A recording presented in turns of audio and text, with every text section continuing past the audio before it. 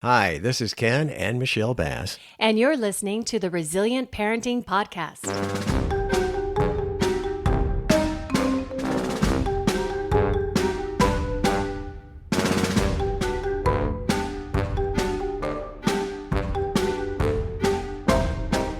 Hello again with Ken and Michelle, and it's turned into the obligatory way to start each podcast with me telling a couple of dumb jokes. And throughout the episode. Come on, I have some good moments. You do have some good moments. That's Okay. why we keep you around. Okay, well, Father's Day is on the way up a little bit later on, right? We love our fathers. Yes, we do. And I just wanted to pass on some lies that dads tell. Wait, what? Lies that dads tell. Dad tells Okay. lies. Dads tell lies. Yeah. Okay. Like, I definitely can tell that this is a drawing of a cow. Oh, I sounded like a cow. Wow. Add that to my resume. I certainly ate my vegetables when I was your age. Oh, such a lie. Yeah. And finally, I don't have a favorite child. Do you think they do? No. Do you have a favorite child? No, I don't. Put you on the hot I'm spot. not lying. I'm not lying. I really Wait, don't. look at me. I'm talking about other dads. We always know when Ken is lying because his nose does this really funny thing. It grows. Is that possible? Pinocchio! Oh my goodness. His mic just fell. That was funny. He just went limp and boom. Okay, no All right. comments, please. Yeah, no comments, please. I will say just a quick reminder that this is a free resource that has many, many episodes now. So please check them out. We have 75 and growing episodes, like Ken's knows, that you can look at and share with your friends and family and get the word out, because that's what we're doing this for. And, you know, we are part of the Idaho Children's Trust Fund, this podcast is, and so we're really proud of it and would love for more people to hear it. Yes. And No, we are having a lot of people listen, so it's been great, but we want more. That's no lie.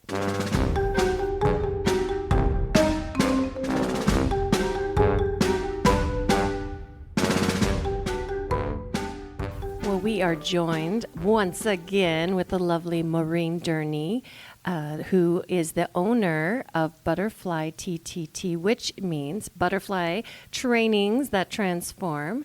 She is the co-author of Strong Teaching Manual. She will share the entire title with you in just a moment. And she's bringing to us today a new training called the Practical Resiliency Training. And we are so excited to have you back. Thank you for joining us. Oh, well, thank you so much for having me. Yes. Okay. So really quick, what is the full title of Strong Teaching Manual? It's a mouthful. So Yes, it's it is. Strong Teaching the Strengthening Families Protective Factor Framework to Parents and Professionals. So The it's title- everything you need to know if you want to get that protective factor framework that you guys talk about all the time here out to parent groups, professionals, anyone who's working with families. Ah, wonderful. Now, when was the last time we talked to you? How long ago was that? I have no idea, but it's been a while. I But feel you've like it was. obviously been progressing and finding out new material for us. Oh, yes. I'm very excited that we decided, we've been talking about resilience a lot, and there are people out there who actually study it, and these scientists, which I like because I don't do long-term research, but scientists have actually realized that people are resilient, some more than others, and we know that resilience is that ability to handle the challenges that life throws at us, to get through them, possibly even become stronger because of the inner strength and the outer resources that we draw on in those times of needs. But, where does this ability to become resilient. Where does it come from? Do you guys have any ideas? You might have some, 'cause you do this sort of work. I figured you were going to tell me. You didn't know it was going to be a test? No.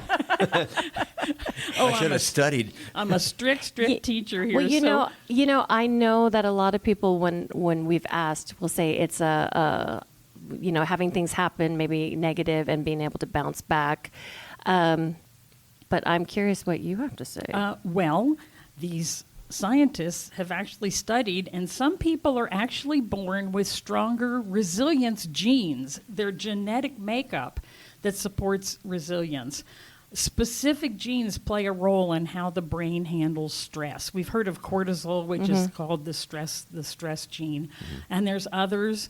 So if some people have this genetic disposition, partially if they inherited it, then their parents probably had these genes too. And so these are very lucky families. You know? If you were lucky enough to have these parents who gave you this genetic makeup. But all is not lost.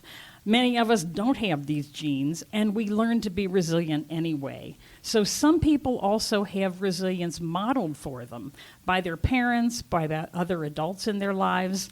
You know those families who they don't cry over spilled milk, you know, the little things that happen. The parents model for the children that these problems can be handled with humor, they can be handled efficiently, with an attitude of competence. That attitude, I think, is really, it's really an important thing for us to see in the adults around us when we're children. So practicing resilience in dealing with these small problems makes dealing with those larger problems easier. We've had some practice, which is one of the reasons why we decided to call this training Practical Resilience. So whether we have those resilience genes or the strong resilience models that to draw on, we can all develop strategies during the times when we're not under stress, so that we're better able to handle the challenges that life inevitably throws at us. And this is what we call practical resilience.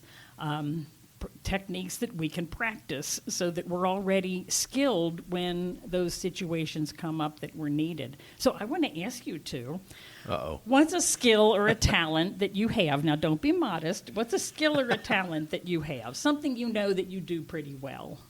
Tell dad jokes. Is that a skill? Is well, that a talent? okay. Or is that a fault? That's something. Well, That is something. I like that answer. It's something. I have the skill of being able to get up in front of audiences and speak. there you go. Okay. How about you, Michelle? Well, I don't know if this is a skill as well, but I use it a lot, and that's empathy. Yeah, I have think a that's very a skill. Oh, you go for a good one, don't you?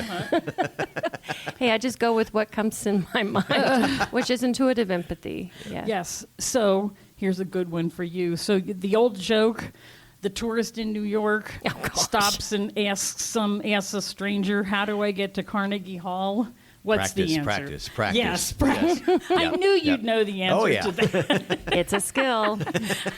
So just like these skills that we all have, you know, I have skills too. What is yours? So We showed us ours. Show us yours. Oh, gee. I kind of think show, I kind of agree with Ken. I'm very happy. I'm very happy being in front of a crowd. I was in a high school play where things were all going wrong, and a bunch of us started to sort of improvise because the scenery was falling down in the background and stuff. And the audience laughed and loved it, and I thought, they're on my side. The audience wants you to do well. They're They not do. there to Yeah. clutch their pearls and and scream horrible things at you. you Yeah. know? So the idea is, if we can practice the things that we all have been talking about, then we can also practice the skills that we need to be resilient. So what does this have to do with resilience? Studies show that people can develop and increase their ability to handle challenges by practicing the different techniques that build resilience. So one of the things that this is I have a picture here, which those of you listening to the podcast, of course, can't see, but I'll describe it. Well, hold it up closer to the mic. So, Oh boy.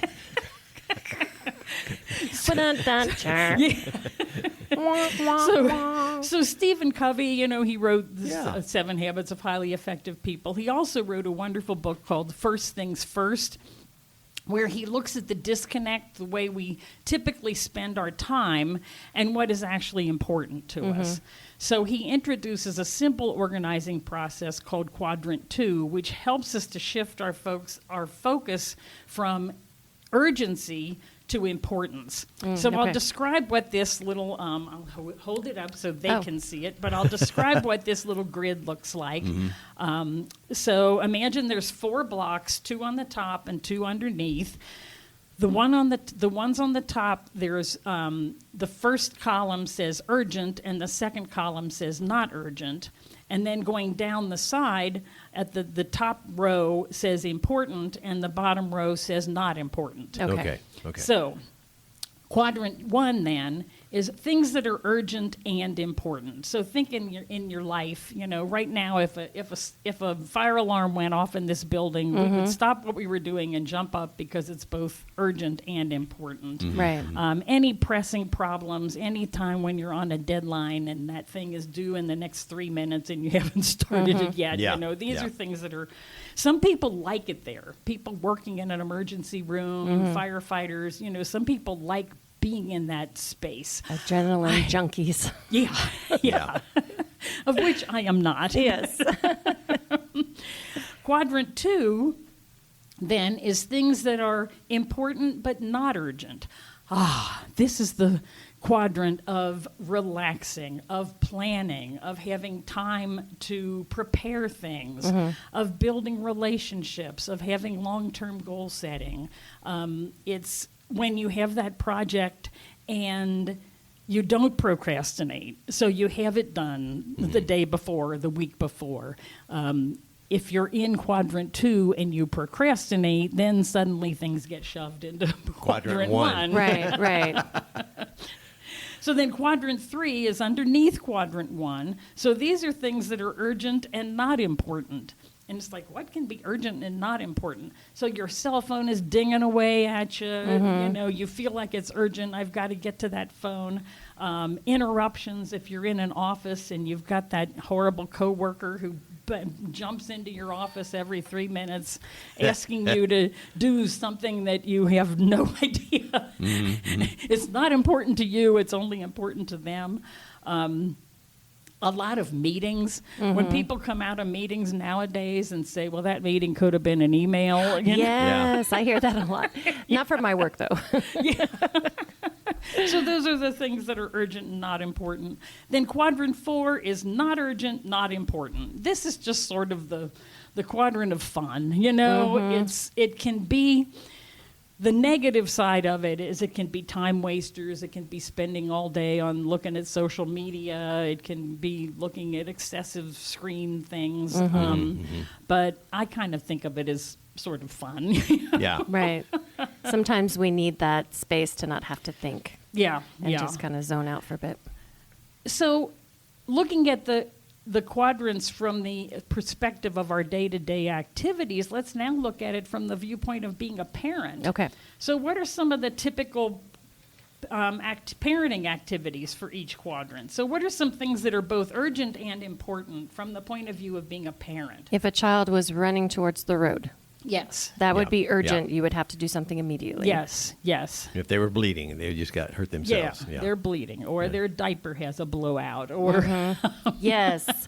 Or they're or eating. They're hungry. Is that that's urgent? To them, Well, I need to eat now. You've been hangry, Yeah. and it's important. Okay. So then what are some of the things that we would think of being in quadrant 2 as far as being a parent? Things that are important but not urgent. Being hungry. Bedtime, like bedtime it's important to have that bedtime routine. Yeah, like establishing the routines. Yes. Establishing the routines for bedtime. Transitions. Playing and reading with your children. Yes. It's important. It's not urgent, you know. It's not But like it's we have important. to play now. you know? Right, But right. that does go along with the timing as far as planning.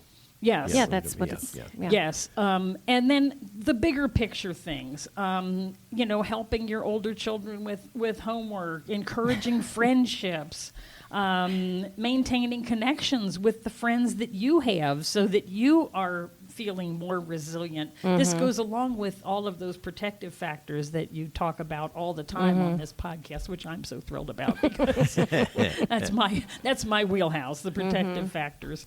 Establishing traditions, having holiday things, you know, these are all those things that are important, but they're not urgent.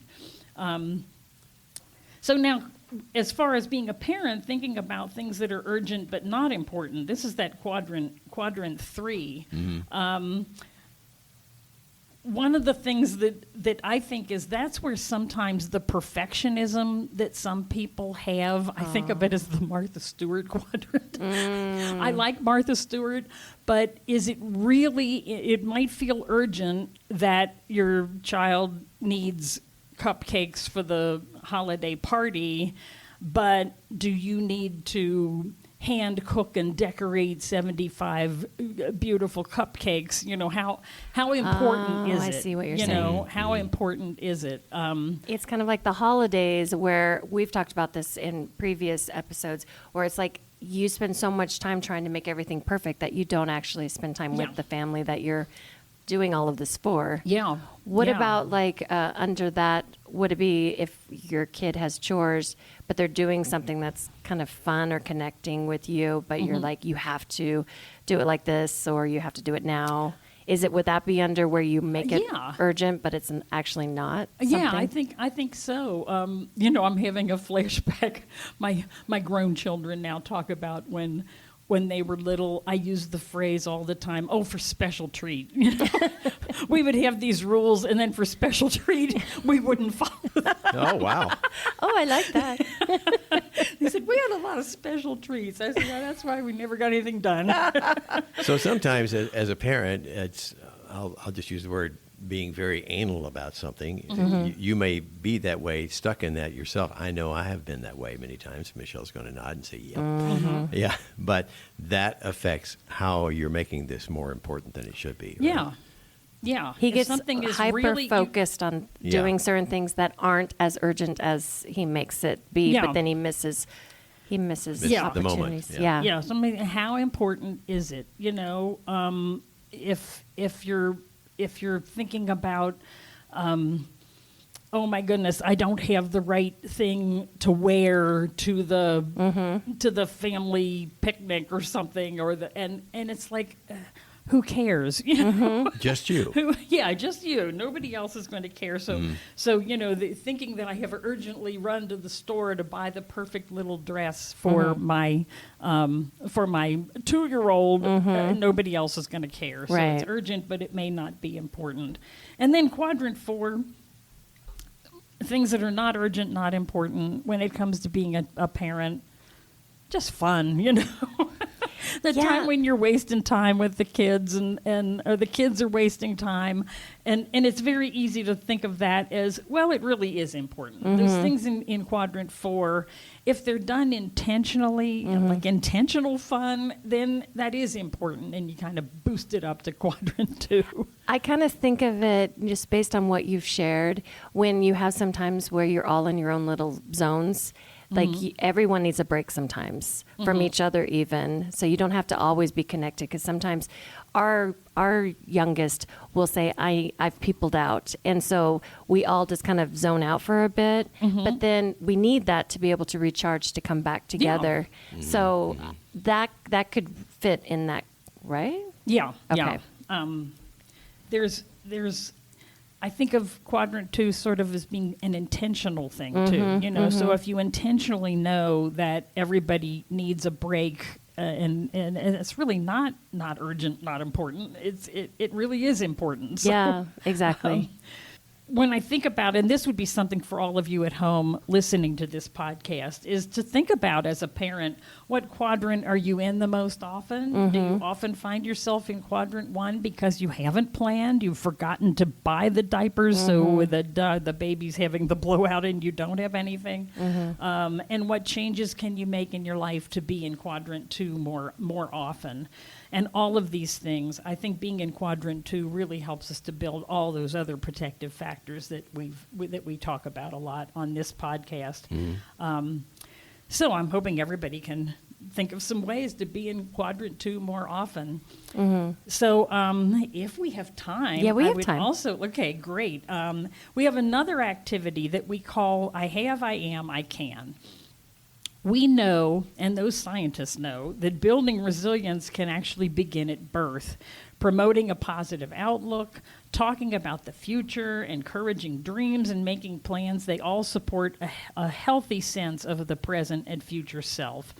Practicing resilience can begin at any age, and people with limited resilience can create more, and people who don't identify as resilient can discover many examples of resilience when they reflect on their lives and discover things that they either didn't remember or didn't think of as being signs of resilience. So we've all got resilience. A good friend of mine says, if you woke up this morning, you're resilient. So There you go. so we've Ken, we're winning. Oh, yay.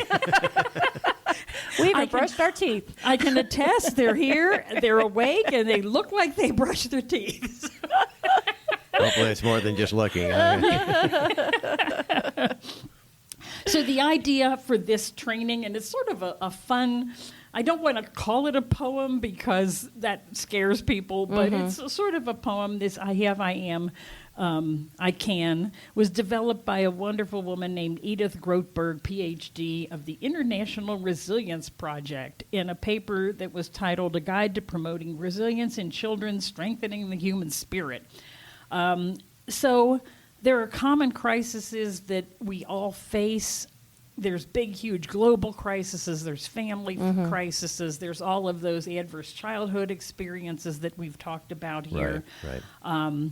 And when we face these situations, we can feel afraid, vulnerable, and lonely. But these feelings can be mitigated by having a language of hope and a language of coping, the skills and attitudes and beliefs and resources that we all have. So when we learn this vocabulary, this I have, I am, I can vocabulary, we're better able to recognize resilience and practice. Right. If we can recognize these things, we can then practice them and remind ourselves of what we actually have to become resilient. So the I have factors, these are external supports and resources that promote resilience. Resilient people say things like, I have trusting relationships, I have good role models, I have access to education, all of these sort of things, all the things that you have in your life. The I am prompts are factors that are internal, your personal strengths. Like you were saying earlier, that you're empathetic. You know, those are your personal strengths. I'm lovable, I'm capable, I'm proud of myself, all of these different things. The I can factors are social and interpersonal skills. So resilient people will say things like, I can communicate, I can problem solve, I can manage my feelings. So each of these factors suggest numerous actions that people can take to promote resilience. And nurturing children goes a long way toward developing resilience. This poem was originally created to be used with teenagers. And we thought, well, that's great to use it with teenagers, but let's use it with everybody. Right. Right. So I'm going to challenge you to write your own I have, I am, I can poem. So We're so good that we did it. oh Yeah, my we goodness. We did our homework. Oh, Do we get a did their- sticker? They did their homework. Well, just for those of you at home, when you think about the prompts, the I have prompts are what are the things you have, the people, the resources. The I am prompts are your strengths, and the I can prompts are what you can do when you have a problem. So who wants to go first? Well, Really quick, when I was filling it out, I realized that a lot of people may not know. Like they just haven't done the practice. Yeah. And so sometimes when I work with people, I'll say, well, what would your closest friends say about you? Oh, there you go. That way, then they could start to say, well, what would they say about this? And it just helped them open up. So I just wanted to say that. I'm just going to do one for each because we're just for time. I have a strong support system. I am funny. Ha. It's funny that on I did not write empathetic.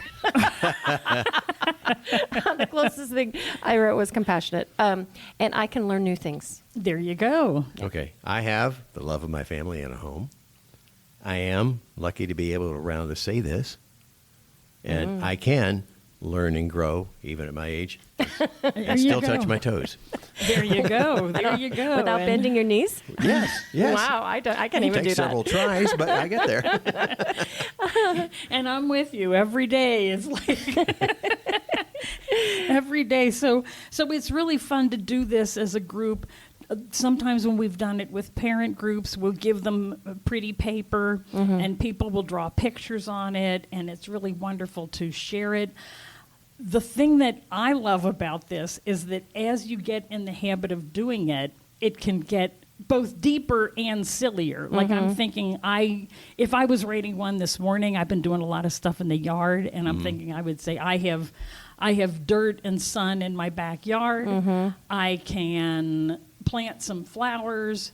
I am a gardener. I can plant some flowers. Yeah. You know? Right. My good friend Jane and I, during COVID, we started out just emailing I am, I can poem every day to each other. We did it for 50 days in a row. So wow. you really have some practice under you. You can make a Yes. journal out of this for Yes. yourself, too, yeah. I wish I had. I didn't save them, and I'm thinking I would have had a lovely little book of I am, I can poems. So really, because we're almost out of time, Okay. I am curious, this training that you've created, where can folks find this? Well, these two lesson plans come from our strong manual, our strong training manual. Okay. They aren't written exactly in that way. Right now, I'm in the process of working with folks at the Idaho Association for the Education of Young Children. Love them. And this particular training is going to be built into another series of trainings that we're doing with a variety of different Nice. Different agencies. So where can they find the manual? Or The manual is on my website. Okay. My website is butterflyttt.com. On that website, you can find the manual. The other thing that we have put, and this would maybe not be for the parents in the group, but if you work for an agency, we now have an online training, an individual training that you can take on the website to then become, quote unquote, certified as a strong trainer. Oh, very nice. Yeah. So, and if there's any questions, you can also contact me through the website if you have any questions. And all this information will be added to the show notes, so you don't have to try to figure all this out. We'll have direct links. Thank you so Thank much you for joining us so today. much. I have to just say one more thing. The first thing I said for I was like, I am Groot. I don't know if you get the joke, but That's under the same column as I am funny. yeah, I'm Whoa. funny. It's not just Ken. Oh, That's funny. Oh, how that just turned. All right. Well, Thank you so much. And Maureen. thank you so much for having me again. This was a lot of fun. Yes, thank you.